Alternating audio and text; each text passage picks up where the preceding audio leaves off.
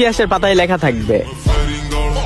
1 minute 53 সেকেন্ডের একটা video, যাতে পুরো জেনারেশনের শসা খাওয়া বন্ধ হয়ে গেছে। বান্ধবীর বয়ফ্রেন্ডের কাছে অনৈতিক কাজ করার জন্য পা পর্যন্ত ধরছে।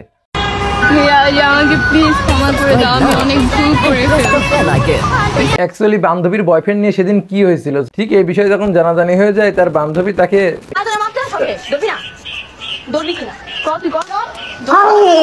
জিজ্ঞেস করে তুই কেন এটা করলি, আর এটা করার জন্য তুই কান ধর।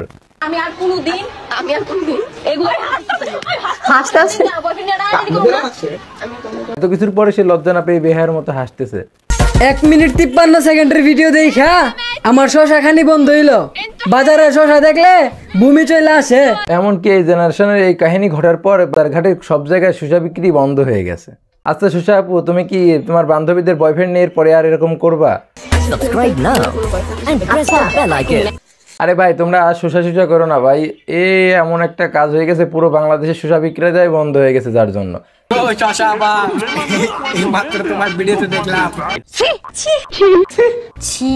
শসা আপা নাকি আবার বয়ফ্রেন্ড খুঁজতেছে। আমি বয়ফ্রেন্ড খুঁজতেছি। আমার যে বয়ফ্রেন্ড ছিল আমাকে মারা দিয়ে চলে গেছে। কি দিয়ে গেছে? আচ্ছা শসা আপু, তুমি এখন কেমন আছো? আমি অনেক কষ্টের মধ্যে আছি।